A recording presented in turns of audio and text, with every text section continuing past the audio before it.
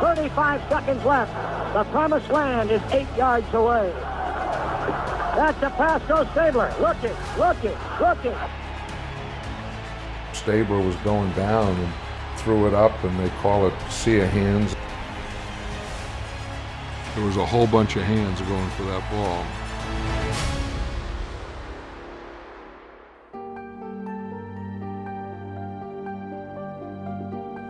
This is Bill King at the Oakland Coliseum, the home of the Oakland Raiders. Today they have to take on the two-time defending Super Bowl champion. It has all the overtones of a classic matchup. On December 21st, 1974, the AFC West champion Oakland Raiders opened the postseason against the Miami Dolphins, the AFC East champs. The 52,817 fans present at the Oakland-Alameda County Coliseum were set to witness an extraordinary event. Miami, winners of Super Bowls 7 and 8, led by head coach Don Shula. The Silver and Black, sporting a league-best 12-2 regular season record, guided by John Madden. The game was billed as Super Bowl 8.5, and only one of these outstanding teams could emerge victorious. When you looked at the Dolphin team, it was loaded with players. Loaded with Hall of Fame players, great players, and so were we. The stakes were enormously high. The Raiders had, as they always had, a great contending football team. We were the defending champions. It was an enormously important game to us. After the Dolphins' perfect season in 1972, proud wearers of the Silver and Black snapped Miami's 18-game winning streak in Week 2 of the 73 campaign with a 12-7 victory. However, Miami got their revenge in the AFC Championship game later that season.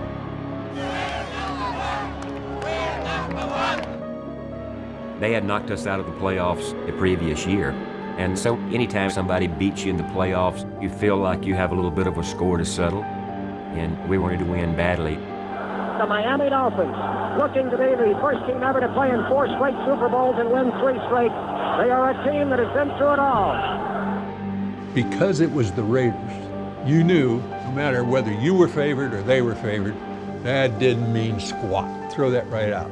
Because when those two teams got together, with those two head coaches, anything could happen. And what does a home stadium mean?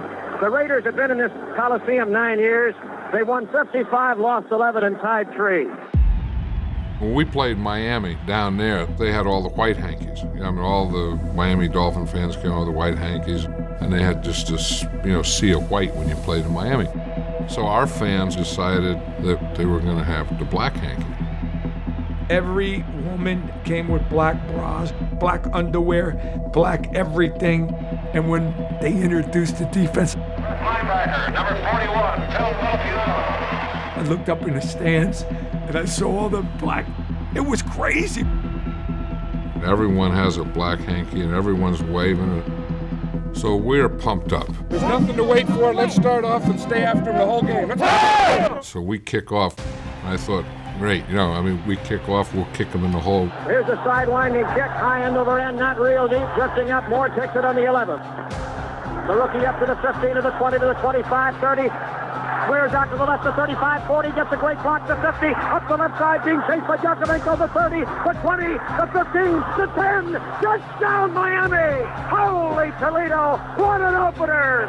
And they score before the people even sit down. I mean, the people were still standing up from the national anthem, and the score was 7-0. Crowd has been quieted. I know how to shut them up. I got a key block by Don Nottingham that sprung me, and I saw a path out to the left. I hit it. He broke through, he wheeled out to the left and found the lane, and Jakovenko could not catch it. And was able to outrun everybody to the end zone. So I go 89 yards for a touchdown. I get us off to a good start, and I think we're on our way. The Miami Dolphins lead the Raiders 7-0 with only 15 seconds of this football game having elapsed. John kind of looked at me, and I kind of looked at John, and John said it's going to be a long day. After the opening fireworks, the game turned into a classic hard-hitting Raiders-Dolphins battle. When you played the Raiders in a playoff game, you better have a good heavy lunch and don't plan any dinner. That's how intense the Raider-Dolphin competition was. Well, we gotta get a score. It's gonna be number one. You gotta play like you're number one. The score remained 7-0 until Oakland got the ball for their second possession of the second quarter. And the Raiders responded behind their machine-like offensive line. Art Shell, Gene Upshaw, Giamotto, George Bueller, and John Vella. Davis skitters past the line of scrimmage to the 50 to the 45. Still on his feet at the 40. Touchdown from behind at the 37-yard line. First and 10 Oakland. Their first penetration of the day into Miami real estate. It's Tingley time at the Coliseum in Oakland. Everybody on edge. Miami leading 7-0. Saber drops straight back. Sets up. Punt. Lobs one down the middle for Smith. Touchdown Raiders! We had scouted them, and when I took that inside release, inside the end, Bonacani would cover me, and he couldn't cover me. He wasn't fast enough, and I just blew right past him, and the rest was history. The crowd comes apart at the scenes as Charlie Smith catches one from 32 yards down the middle. 7:39 to go. Second quarter. Scoreboard showing Miami 7, Oakland 7. Miami came right back to put 3 points on the board to reclaim the lead. The Raiders then turned to a future Hall of Famer, the sure-handed Fred Biletnikoff. Stabler fires one at Fred Scott at the 45. Freddie's great money ball player who always played well with a lot of money on the table. You got to get the ball in his hands. Stabler in a straight drop back, gets the blocking up in the pocket, going deep to Biletnikoff down the right side with Foley. Foley backs it into the air. Biletnikoff makes the catch, but he's out of bounds. Holy Toledo, what a play! Foley got a piece of the ball. Biletnikoff followed it and caught it, but was ruled to have been out of bounds on the play. After Biletnikoff's marvelous leaping catch was nullified, the Raiders moved in closer, and number 12 Stabler again went wide right to the reliable number 25. Stabler back, looks left, throws right. Biletnikoff, a leaping catch, touchdown Oakland! Holy Toledo! I played 15 years, and it's the best catch that I've ever seen. Tim Foley pulls his right arm behind him, and Freddie leans out and one-hands the ball out of bounds and brings it back in and still gets both feet in. Phenomenal catch. Frank Biletnikoff just made a miracle catch with Tim Foley all over it. Somewhere along the line, somebody's got to make a play. You had to battle a guy on top of you. You had to make a catch, and then you had to stay in bounds. It was something that showed that you just wanted it more than the other guy. And for the first time, the Oakland Raiders lead the Miami Dolphins. Scoreboard shows Oakland 14, Miami 10. Then that game became nuts. Man went back and forth, and it was a war out there. Crazy back into the pocket, backpedaling. Here comes the rush. He rifles it. A man falls all alone. Warfield makes the catch for a touchdown for Miami. Miami 16, Oakland 14. Miami would add a field goal to increase the lead. We have 4:54 to go. Miami 19, Oakland 14. And with under 5 minutes left in the game, the Silver and Black would then turn to third-year speedster Cliff Branch and the big strike. Cliff had world-class speed. He'd get off the bus yelling for the ball. He'd be in the locker room, Kenny, I got this guy. Kenny, I own this guy. Kenny, throw me the ball. He wanted the ball, and you could feel his confidence.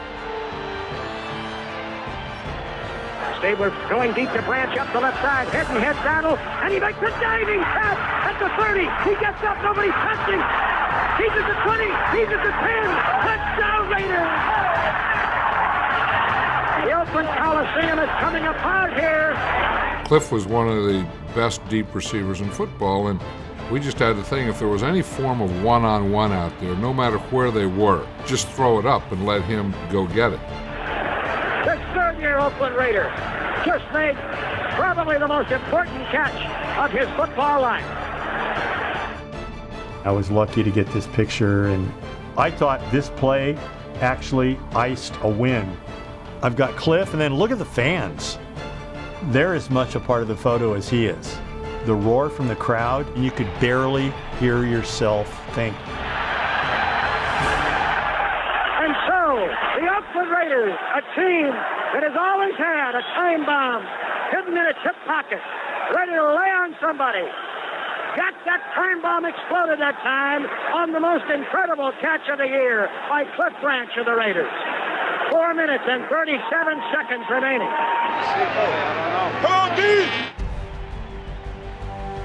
The Raiders' defense needed a big stop, but the back-and-forth battle continued as the seasoned Dolphins marched down the field. And now comes heart-stopping football. The Dolphins, a well-oiled offensive machine. It was going to come down to who was going to have the ball last with enough time on the clock. And true enough, we moved down the field. We got everything going well. Doc is running over people, knocked down at the 23-yard line. And now the Dolphins are in field goal range, 2:35 to go. The Dolphins were now in position to run down the clock and kick a game-winning field goal. You got your premium is the kicker. Your premium kicks the field goal. We lose. John Madden pacing nervously on the sideline. Gets him alone, sends him to the right. He's turning the corner behind Little at the 20, down to the 15. He rams one man out of the way at the 10. He goes all the way. Touchdown, Dolphins! Benny Malone breaks 3 or 4 tackles and scores, and everybody's like, no, not yet. He scored too fast. But how do you blame a player for putting points on the board when he could? And so the Dolphins are back in front, 26-21. So now the bad news is that we were behind, and the good news is we still had time. And now the Raiders are 68 yards from the promised land and 2 minutes and 1 second remaining to do it. Kenny was as cool as a huddle in training camp. There was never doubt in his voice, and you feed off the confidence of that quarterback. Stabler on first down. Here comes a blitz by Ball, but it's picked up. He throws complete to Moore. Ooh, is he decked. We always are a pretty confident bunch. Given enough time, and certainly 2 minutes is plenty, to go and get it done. Stabler going back to pass. He's looking. He throws. Let the top open at the 50. Makes the catch. Down to the 43, and he's blocked. We knew they'd play soft. That was a rhythm of theirs late in the game, and we were hitting Blitnikoff with ends, and we drove down there. He throws to Fred. Takes a great catch at the 25. What a pattern. Nobody I would rather have back there at quarterback for this final drive than Kenny Stabler. And a quick throw out of Branch. Makes the catch. Gets out of bounds at the 20. He loved it. He thrived on that. I mean, I don't know how you can thrive on that, but he did. Oakland roared back with a methodical march down the field. The Raiders were at Miami's 8-yard line with 35 seconds remaining, as their hopes seemed to hang on the most slender of threads. Everyone is congregated down to the corner of the field. We're there, and everyone's just kind of watching, really thinking we're going to be able to pull this thing off. Oh, we're on the sideline, believing totally in Kenny, but you just never know when your luck is up. The crowd keeping itself for it hopes an explosion. This football game has been all anyone conceived it could be. In truth, it's been what everybody said it would be. The mini Super Bowl, if it gets any better than this, I don't know what it'll be. That's a pass, goes Stabler. Looking. Kenny was looking over on our side to the right side, and the coverage just took everything away. And then Vern Den Herder flushes me, and my first look is back to the left. I see Clarence, and at that point in time, Den Herder gets me around the legs, and I lose any kind of velocity on the ball, and it just kind of trickles out of there. He lobs it up. And the ball is fluttering in the air. He's under the gun. He's tied. He throws. He throws to Clarence Davis with 4 guys around him. He flips the ball out, and it goes to the guy with the worst hands on the team. Clarence couldn't catch a cold. He runs. He's at the 15. He throws. It is A touchdown Raiders! Touchdown Raiders! I can't even see the receiver. Clarence Davis. It looks like Clarence Davis. He's being mobbed. How we caught that ball, I have no clue. How Clarence held on to the ball, how he caught it, nobody knows, but he did it. You know, who caught that? Who was that? It was Clarence. Get out of here. Stabler had to loop the ball up because he was hit as he threw, but Davis got there first. It was a dying duck, a terrible throw, probably should have been intercepted. And Clarence made the play because he wanted the ball more than anybody else. He throws. It is. He caught it. He caught it.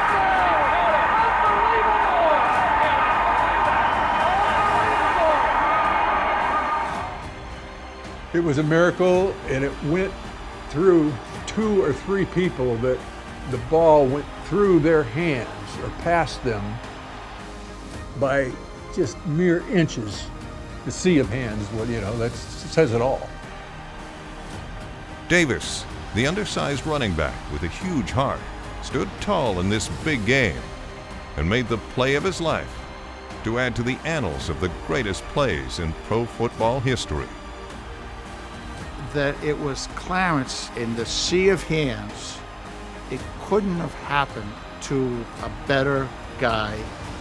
I was so happy that he got the recognition for the athlete that he was. And as a coach, you see the rush come on, and you say, oh, no, you know, don't take a sack. And then you see him get rid of it. Oh, good to get rid of it. And then you see all those Dolphins. You go, oh, gee, he threw it right into him. And then Clarence Davis catches it. There are 26 seconds left in the great dynasty of the Miami Dolphins. Hangs by the slim thread. They need 3 to win it. The Oakland-Alameda County Coliseo was a scene out of a movie script. It was pandemonium, but the Dolphins still had one last chance. Breezy rolls out to the left. He goes way up the middle. Intercepted through the piano at the 50. Oakland football, and I think Oakland victory. The crowd going wild here at the Coliseum. I got the interception, and I knew how happy John Madden was. And I made sure nobody took that ball from me until I gave it to coach. That was his ball, because he wanted it so bad. Piano gets Madden the football. He displays it for all to see. John was ecstatic. He was happy as hell running up and down the sideline. But that was John. He got more excited than the players. I was just so happy for John, but I wasn't going to get in there to try to lift John because you needed a crane to lift him up. John Madden with that precious football in his big, meaty right hand. All 270 pounds of it, hoisted atop the shoulders of his players.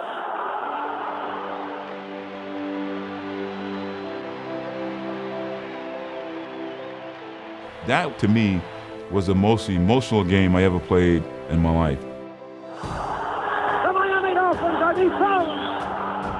Every time that I reflected on that game, Stabler falling down, the ball going end over end, thinking that we're going to intercept the ball, and then Clarence Davis making the catch. It was just like a nightmare to me.